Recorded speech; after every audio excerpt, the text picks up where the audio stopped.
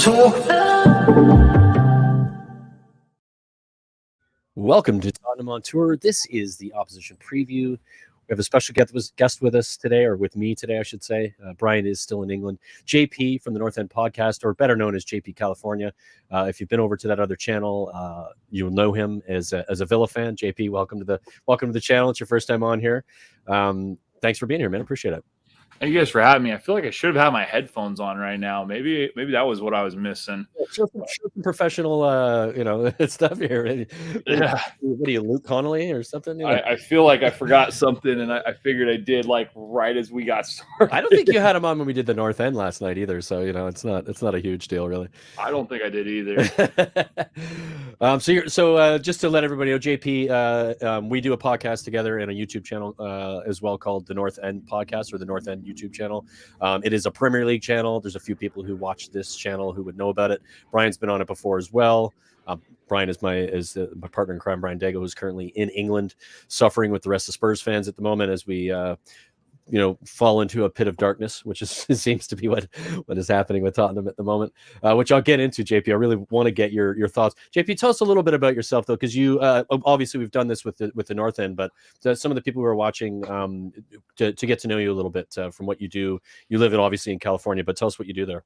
I live in Southern California. I am a teacher. I teach social studies, history subjects, and I coach soccer for a club, AC Brea. I also coach the high school program that I teach at. So I've been coaching for 12 years now. And I got thanks, Cody Mack. And Cody Mack's also in Canada, by the way. He's up in Muskoka, close to here, about 2 hours north here. Anyway, go ahead, JP. And I've been coaching club soccer for the better part of 10 years now, and that's all different levels, from the 5, 6, 7-year-olds, even the 12-year-olds that can't kick a ball, to my high-end boys that were ranked like 25 in California, and a team that was top 25 in the nation. Dallas Cup winners, Vegas Cup winners, been around the club circuit for quite some time now, doing that whole spiel. And just loving watching the game, coaching the game, playing the game, everything about it. So JP is a knowledgeable fella. He knows the game, despite him calling it soccer. So for those who are watching from England, he is cultural differences. Yeah, he's in the US. In Canada, we still call it football, but in the US, they just can't get away with it. So quickly, we're gonna get into the game. Of course, we've got Villa at the weekend, and that's sort of the reason for the show. But you're a Villa fan. How did that happen? Yeah. Get your drinks in.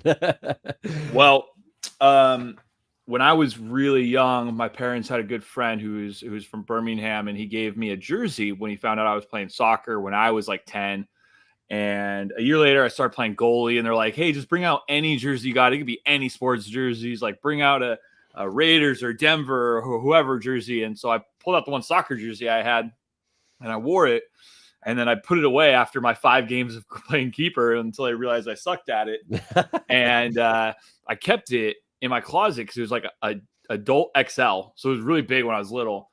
And then when I got into high school, I looked him up, and I found out it was right when Randy Lerner, the American owner, had bought it. It's right when Martin O'Neill took over. It was right when we finished 6th place. And then at Christmas, the Boxing Day match, I turned on the telly and found Chelsea Villa playing, and it was like 1-1. And I was like, okay, this is interesting. I have this jersey. I'm gonna help watch this team. And it was a 4-4 tie. Sean Maloney with a double, and it was just a cracker of a game. I mean, a 4-4 game is amazing. Yeah. And ever since that, I was hooked to them, and there wasn't that very many that common of games on. So, you start looking, bootlegging them here and there, and then it's hard to watch streaming service, and then it's one thing after the other. Yeah, for sure. We struggled getting football here for some time. Canada was the same. I think we probably got it right around the same time you did when the NBC deal kind of kicked in, and that's when it pushed out from Setanta to NBC, and then NBC to kind of all of the other sports networks, and then everybody could watch it. Right? Long ago, right? Yeah, I think it was early 2000s, 2003, 2004. Yeah, I would say 2003, 2004, and then it finally got more mainstream here in America, but it was literally only like 1 or 2 games a day. Yeah. In like 2007, 2009, and then about 2010, it really kicked on to where you got a few games a weekend, and you were bootlegging half of them, and it went. What do you guys have down there now in the US to watch? Like, we've Oh, got man. DAZN. Do you guys have DAZN out there? I'm pretty sure We don't have. I don't think we have. It's DAZN. in the US in some places, because I've travel in the US quite a bit, and a lot of us are doing Peacock, okay, which is a streaming through NBC, and that's only like $5 or $10 a month. right? So it's a little bit of money. So you get to see some of the games, but you get all the games. Oh, you get all of them. So that's the same as DAZN. DAZN's DAZN's all the games as well. Live.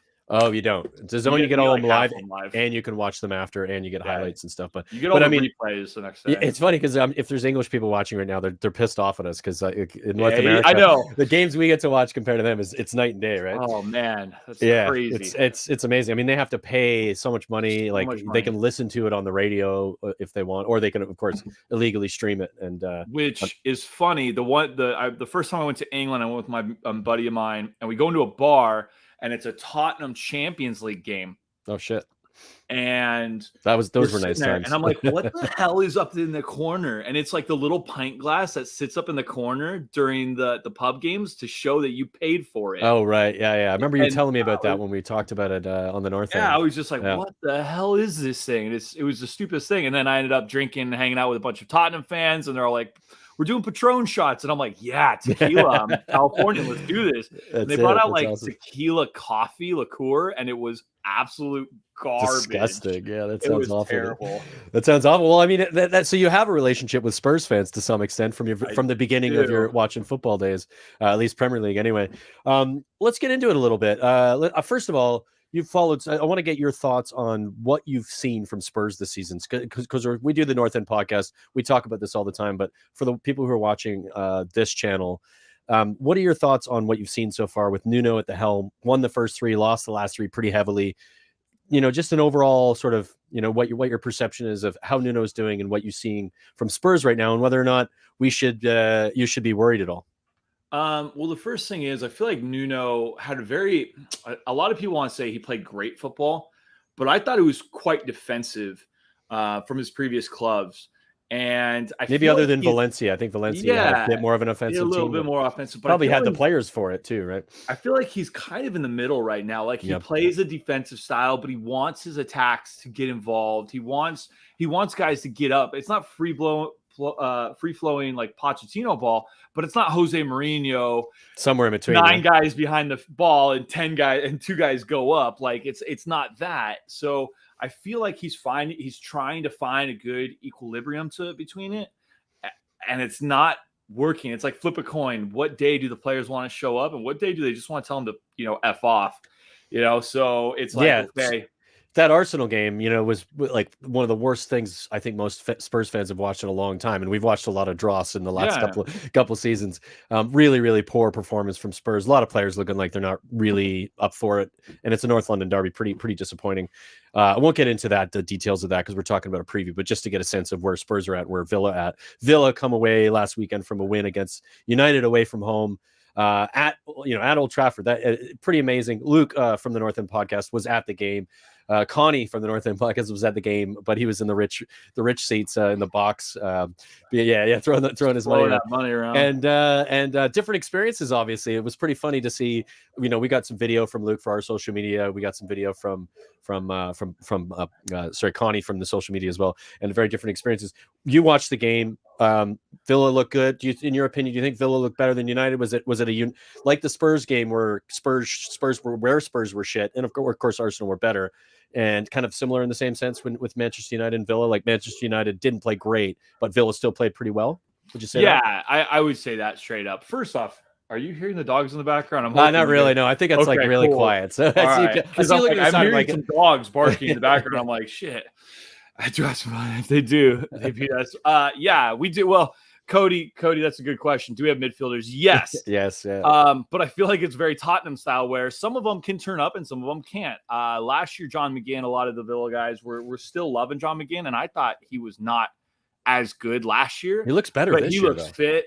He looks like he dropped a solid stone, maybe a stone and a half, to just get to where he needed to be. Yeah. And last year the team came down with COVID quite bad. Pretty and heavily, yeah. Yes, Yeah. the whole team was shut down for 2 weeks. And then, Jack Grealish got injured and we went through a slump. But this year, because we don't have him, I feel like we're playing better overall as a team. There's more balance in your side, is. I think, than I've seen in a long time. And the really interesting thing is everybody wants to say, well, Villa spent really well this summer. It's like, yes, I totally believe Villa spent very well this summer.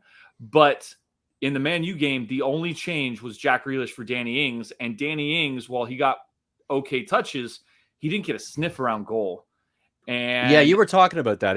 In yesterday's show, we're sort of discussing the fact that it wasn't really like the style wasn't leaning towards the way you guys would play if it was about hitting Danny Ings with the ball. It was more wing play. Talk about that a little bit. All last year, we played a 4-3-3. We played a very kind of quick through the midfield, up to the forwards type game. And this game is very much don't let people shoot. Don't give opportunities. We're the third lowest team to allow shots on goal right now.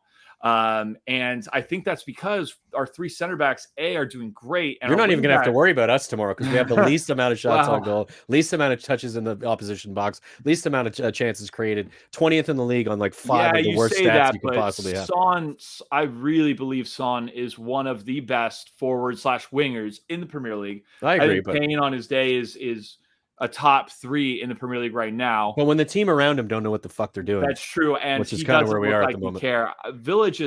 Villa seem to be hitting a stride right now. I think that Man U game was really kind of one of those like launch off points that we could really have. Yeah. Going against you guys, and then I think it's Tottenham, Wolves, Arsenal. I think is a great run for us. It'll really see what we can do. Beating Everton to me was a great test, and they're in pretty good form too. Yeah. Everton are playing their good form's football good, but they haven't played top teams. But yeah, Man U is Man U, and they still got their penalty that they always get. Yeah, they've gotten 4 PKs against us in a row, and Fernandez had scored 3 of them, and he blasts this one over. I just feel like we're kind of coming into our own a little bit. A bit glorious to watch that. All right, I'm going to bring up. I'm going to bring up some statistics. Going to share a page here. This is just sort of the Premier League page that tells what's going on with what's between the clubs over the years and what we've seen so far. And let me just bring it up over here so I can scroll down as well. Oh, just pulling up the fantasy team page. Yeah, exactly. Okay, so we'll start from the top here. We've got a head-to-head which we can look at real quick. Villa 15 wins total, Spurs 22, home 9, 13 home for Spurs, 6 away and 9 away for Spurs. So it's pretty even, 52 draws or 15 draws, 52 played. A little bit better for Spurs. Spurs have obviously in the Premier League, but especially in the last 10 years, especially in the last 5 or 6, let's be honest, we've been pretty solid. So look at the recent meetings. We've got, I guess this would have been the last time we played you. You guys beat us 2-1, and that was at Villa Park. Oh, no, that was at Spurs Stadium. Right. At Villa, yeah. I don't think there was that the one where there wasn't fans, or was that the first game that there was fans? I forget. I'm trying to, I think that was that was the first game with fans. I think it was, yeah. I think you're right. Second to last game, and then it was Chelsea afterwards. We beat them too. Yeah. And then of course we beat you guys at Villa Park 2-0 the season prior.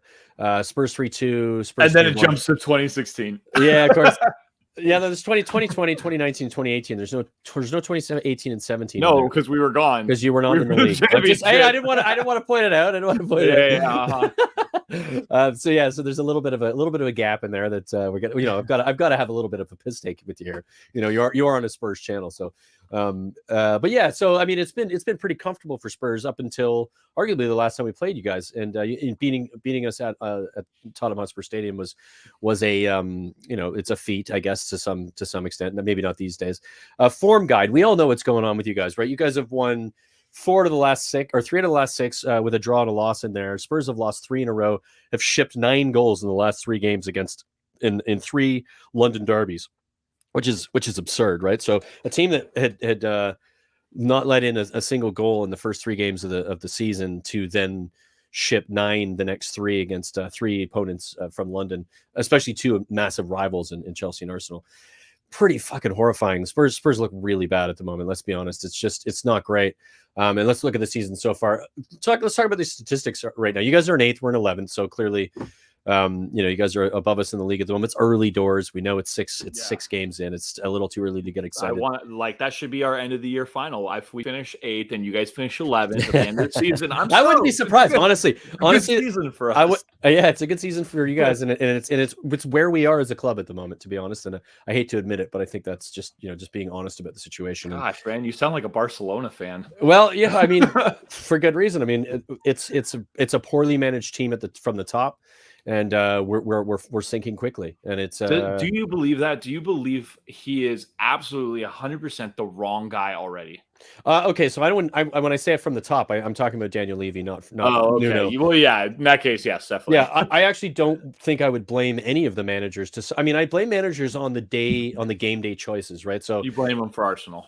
Yeah, like the decisions he made to play the way we played were poor as hell. I was like, what are you doing, dude? Like this is not going to work. The long ball with most of our players playing in there. I saw the heat map on that. It was just absurd. Most of our players sitting like around the center half line, and there's just like 2 players who are defending, and that's exactly what we saw happen. And we just got butchered by Arsenal, which is just an awful thing to happen. But yeah, if you look at the average goals scored per match, I mean, you guys are 1.5, we're 0.67. Average goals conceded per match, 1.5 to 1.17.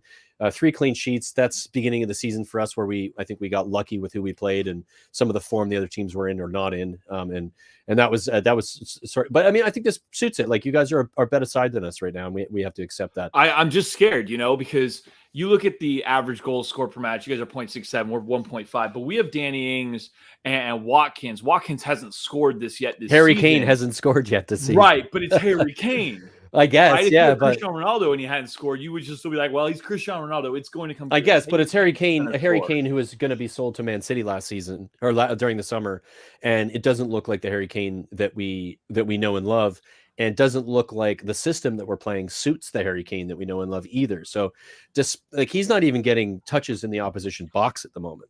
So he's not even creating chances, being involved in creating chances. It's so dire going forward for Spurs at the moment that it doesn't even matter that we have Harry Kane, unless something magical happens and Nuno finds the right structure or finds the right system, which isn't a 4-3-3. If you ask me, I think Spurs playing a 4-3-3 is with him at the top of that 4-3-3 is absurd. One center midfielder, essentially. Like, we're giving up the midfield as soon as we play a 4-3-3. The players don't know how to do it, and we're getting overrun. And it's blatantly obvious. So I think that's why Cody said, if you guys got a midfield, I was literally just thinking that, as you said, hey, we play like one center mid, and the other 2 really do step up, almost like a tucked in 7-11/double 10s. Yeah. If they play like that again, even if they have a 2-man midfield, you're screwed. Yeah, we need to play a 4-2-3-1 with a double pivot of Skip and Højbjerg. Let one of them, either one of them, push forward and be a box to box, and let one of them sit in front of our defense and defend that defense, and push Dembele forward up high and let him fucking create. That's what we need to play. Those are the players we have. That puts Dele Alli in the team as a 10 if you want to. If you can move him around in that 3 behind Harry Kane, Son. You'd have creativity in that team, and that's the team. That's the formation that Spurs played under Pochettino that worked really well. And we still have 7 players from the team that played 7 players that played against Arsenal played for when Pochettino was still our manager. That's how little we've changed from when we needed to change.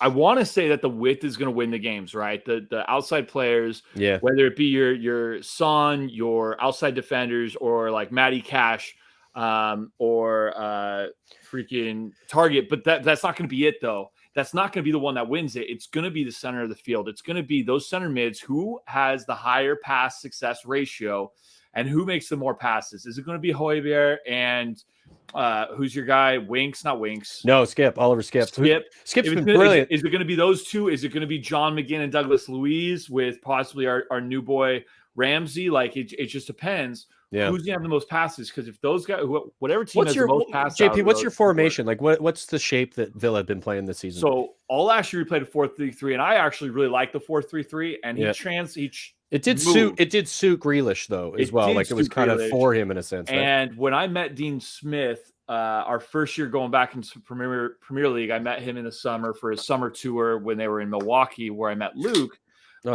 He said he would never play a 5 at the back. he would never play a 3 at the back because he doesn't like it. John Terry doesn't like it. They weren't going to do it. John Terry's gone. John Terry left this summer. we went to a 3 at the back for Chelsea, I believe, our first big game. Yeah. And we lost 3-0, but we played really well. He plays 3 center backs. He plays our 2 wing backs, Cash and Target. And they're playing well. Cash has a goal, and I think Cash has been nice. Cash has been good to watch, actually. He's really good. Well, Matty Cash was a right winger converted into a right back. He did 1 season at right back, and then Villa forked out 15 mil for him.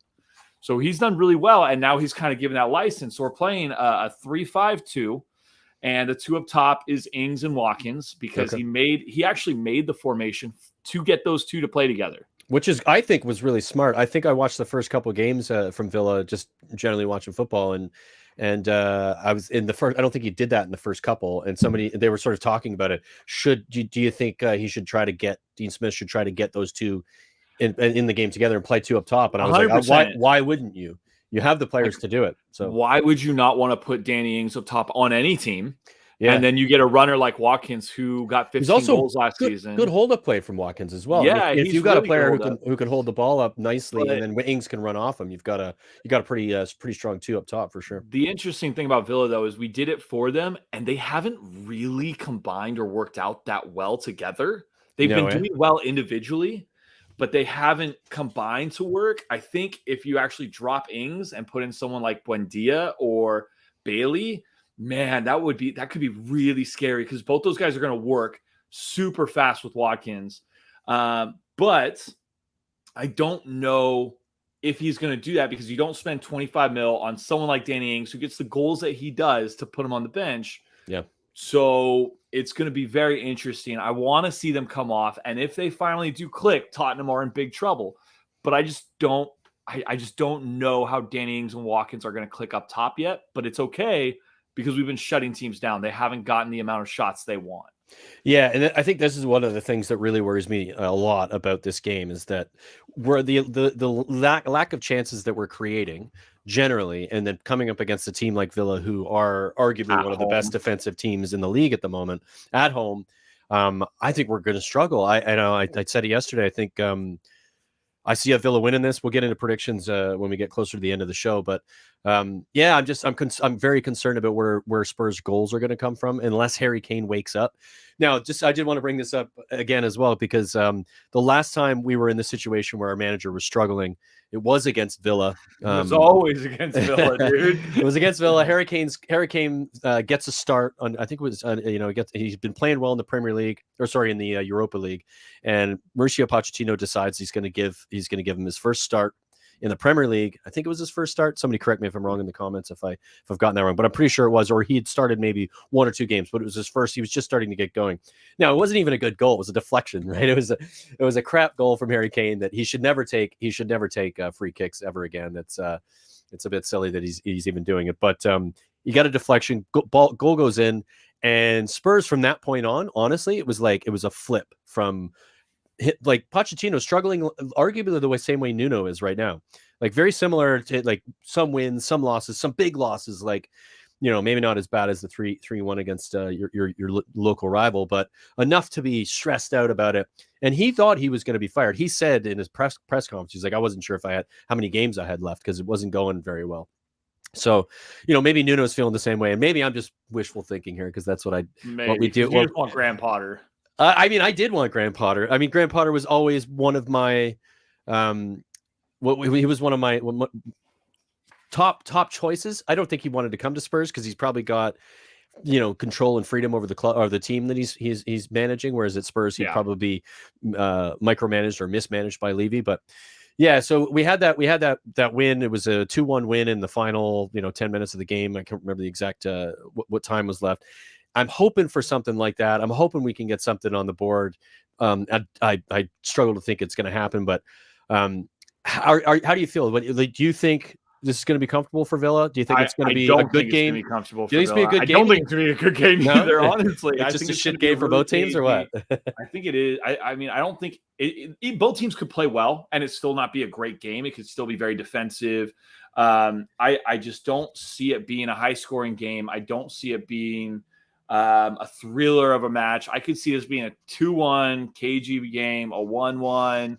I don't know what to think about it because Villa love to give teams their first win, their first PK, their first assist, their first whatever. Something to make them feel better about themselves. It doesn't matter, dude. It's like everything can be going right for Villa, and then we get COVID.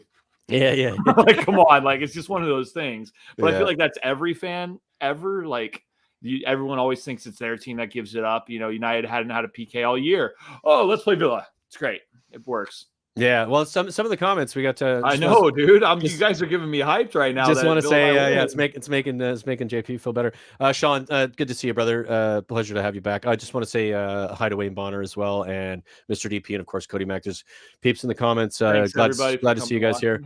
Sean thinks you guys are going to murder us. I have a tendency to agree. So. I mean, if it's a 2-0 game, I'm going to be freaking thrilled. You have to consider, like, if you've watched Spurs in the last 3 games, how bad we are. Maybe, but like, we're also we're scoring some goals, but I just don't. We got 1-0 against United. We got throttled against Chelsea, but 2 mistakes. We always have a mistake in us. Who was the mistake? Like, who would you say that Spurs could target in your?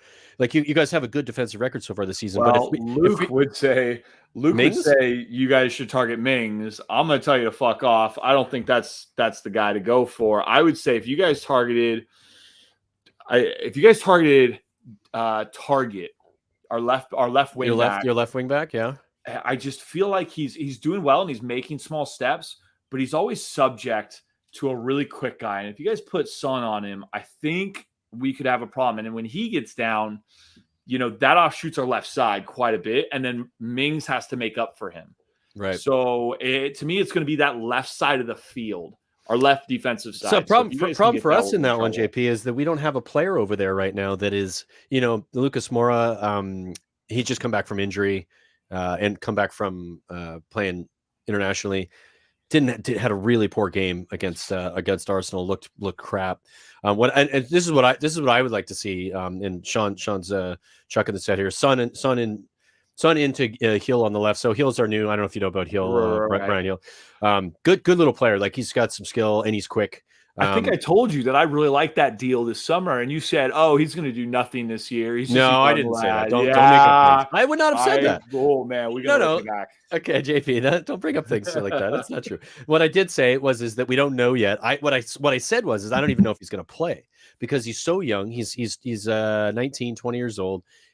I thought he was coming in as a player for the future kind of scenario. He wasn't going to get in front of Son because Son plays on the left wing, which is where he plays. So if Sonny is going to go, or if Sonny gets injured, we've got somebody to fill in. I don't expect him to start every Premier League game. Although now I kind of want him to, because when he's come on and when he's played in Europe, he's been quite good.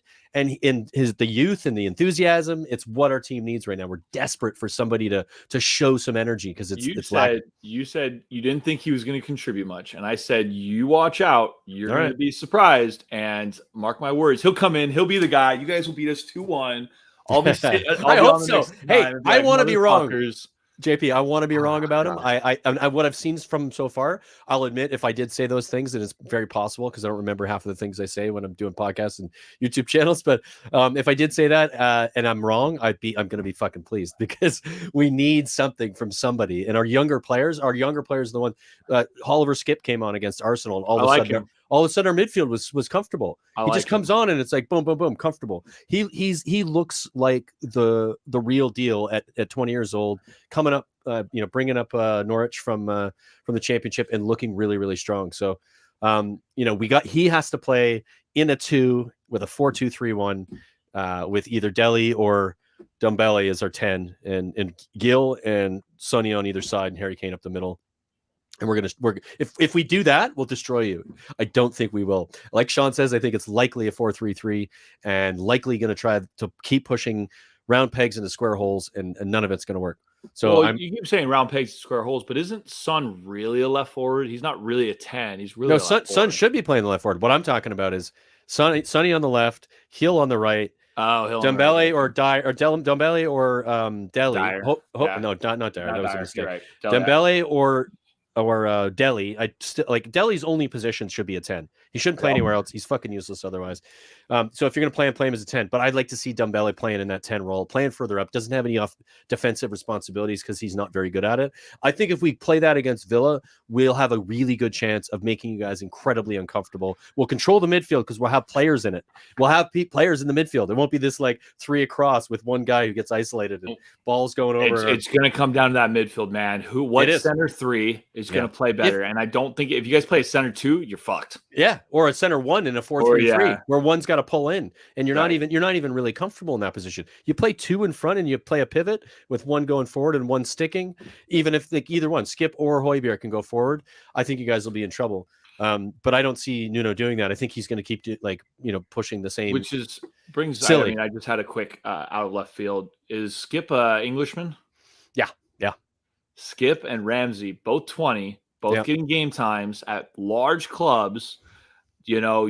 Everyone talks about Sancho this and these guys that, whatever, the 24, 25-year-olds and the Sancho and the Phil Foden. But Ramsey and Skip, watch out, man. I think good players. Both of those guys are going to be just great players, potential England nationalist players. Yeah, I agree. I agree. Well. I don't know much about Ramsey. I mean, I trust your position on that. It sounds like he's very up and coming, like Skip was. Very Skip up and coming. So last year he got 15 games. He was subbed in, got 20 minutes here, 30 minutes there. But this year he's pretty much played about half our games from the start. And to me, he's done really well. He does something really positive. He just dribbles really well with the ball. He breaks the midfield line, dribbles out of defense, makes decisions. He hasn't made a goal yet, but when he gets his first one, he's going to. He had a chance at United, and he just fluffed his shot just wide of the post. Yeah, it sounds more like he's part of the build-up play more than he is a necessarily finisher. Which is fine. Skip's the same. Yeah. Skip isn't going to score a ton of goals, but he's going to break lines. He's going to, stop teams from coming at us and shifting the possession, which is great to see. If you're going to talk about where do you think you're going to get joy against Spurs, what side of the pitch or what players or where do you think Villa will target when it comes to our weaknesses? I think we like to do this thing where Dean Smith plays with a 3-man midfield. You got a 6 and 2 8s. Now, no 10. Right. But when an 8 breaks, he goes between becomes a 10 in a sense. He kind of becomes a 10, but he drives at a center back and an outside defender. Right. So his job is not to drive at center backs. It's actually drive towards a corner flag. And when you have someone like Cash or Target coming around on the outsides and you combo to try and get around him, just like we did in the United match, Target almost got a goal because the ball got to McGinn. McGinn played Cash through around their outside right back, and he got around and flipped the ball right between the defense and the goalie, and Target blasted it over from 5 yards. I saw that. Yeah, it was a bit of a sitter, wasn't it? It was an absolute sitter. But that type of play is exactly the type of crap that Dean Smith loves. So, if Spurs play a 4-3, if Spurs play a 4-3-3, you guys are going to do that all day long. Yeah, because our left back and right back are sort of playing like wing backs almost in a 4, and then it leaves us even more exposed. It's exactly what happened. It's going to be who us against Arsenal, the other team's defensive backs. Yeah, and get that space in behind, and then Cash versus Reggie does look really yummy, Sean. I like that call out from you. Yeah, it's going to be a good one. It's going to be a good one. That's probably a big battle there for sure. I would imagine. That's on our left. You're right. So yep. Cash versus him. Yeah, for sure. All right. Well, it's we're 34 minutes in. It's obviously a pleasure, JP, to talk to you about this. Thanks for coming on again. I want to get your honest score predictions. What do you think we're going to see tomorrow, and who do you think is going to tomorrow is the game? Sorry, not tomorrow. This weekend. Oh, yeah. Tomorrow, we are playing tomorrow in a European tournament, so it's just in my head. Oh yeah. I'm not even going to tell you what it is. It's not even worth talking about. So are you playing are you playing that sheriff team out of Israel? Yeah, that other European thing that exists for no fucking good reason that we ended up in. It's so Spursy we ended up in that league. It's fucking hilarious. Of course it is. Yeah. I'm gonna shoot a 2-1 to Villa. I think it'll be a cagey affair. But I feel like it's going to be one of those ones where it's 2-1 by the 60th or 75th minute. And then it's just back and forth. Tottenham just trying to get something. And hopefully Villa can hold on. I rarely pick a Spurs loss, but I think your analysis is spot on. I think Nuno's probably going to do the same thing he keeps trying to do in trying to play a 4-3-3 with players that don't want to do it. And if he puts them out in that formation, we are going to get slaughtered again. It's going to be embarrassing, and he will get sacked. I honestly think that'll happen. If we play a 4-3-3 again, that's what will happen. It'll be shocking. We've got a couple predictions from in the comments. We got Sean says 4-1 Villa. This is where Spurs fans are at right now, JP. Just to let you know, if it's 4-1, I will come back on here and I will get drunk live on the pod. We'll have you back. That'll make me so happy. We'll have you back, JP, for a post-match analysis next week. If cool. Honestly, I would love to do that. We'll do that anyway, because just be a good laugh to kind of go over things and see where things went wrong and where things went right. Mr. DP says the same thing. 4-1 to Villa. God, you guys, I love you guys. Can you be Villa fans? Fuck. No, you don't want us, man. Trust me, it's not pretty. But yeah, I think I'll probably go with a 2-1 Villa. I think I hate to pick a Spurs loss, and I normally don't do it. I'm normally try to be pretty positive about it. It's just really difficult after what Spurs have done to us in the last 3 games, and it's been ugly, and it's just gotten worse. So to see it all of a sudden get better, like you said, maybe Villa are going to be the give us some gifts, make it a little easier to get through the next little while, and we'll get a win out of it. But I really don't see that happening. So I'm going to go with the 2-1 Villa. I hate saying it. Call me negative. Call me what you want. Just realistic. Spurs are crap right now. Villa are on the up, and you will deserve the win. Quickly, JP, you are on on my other channel with Paul and Connie and Luke. The North End podcast. Please, whoever's watching, tune into the North End podcast. We do a preview review show on typically Monday, Tuesday nights on the North End YouTube channel. Like and subscribe that. Go over there, have a watch. We'd love to have anybody who's watching here watch us over there. JP brings great analysis, always a good laugh as well. It has a good sense of humor and keeps it fun. So JP, thanks for coming on, mate. Really, absolute pleasure. Thank you guys for having me. Thanks to Sean, all you guys, Mr. DP. I don't want to know what DP stands for, Cody Mack, you guys are awesome. Thanks for throwing in the comments. And I think Mr. DP, I think it's not going to be Villa to score first, man. I think Tottenham are going to score first, go into the half. Villa come out second half, guns ablazing, the fans get with the Villa players, and that could spur them on to the 2-1 win right there. Yeah, I mean, I can't argue with that. So thanks for watching, everybody. Please like and subscribe on this channel as well. Really appreciate everybody in the comments. Really appreciate everybody watching. If you're watching this post live, please put some message in the comments what you think the scoreline is going to be. Tell everybody how awesome JP was as a contributor for the channel, and go over the North End podcast and take a listen there and a watch there as well. And we'll see you guys soon. And Brian will be back. I think maybe we're going to do a show tomorrow with a preview as well, just sort of more of a Tottenham based one, but hopefully we'll see you guys then, and have a good one. Cheers, guys. Thanks, guys.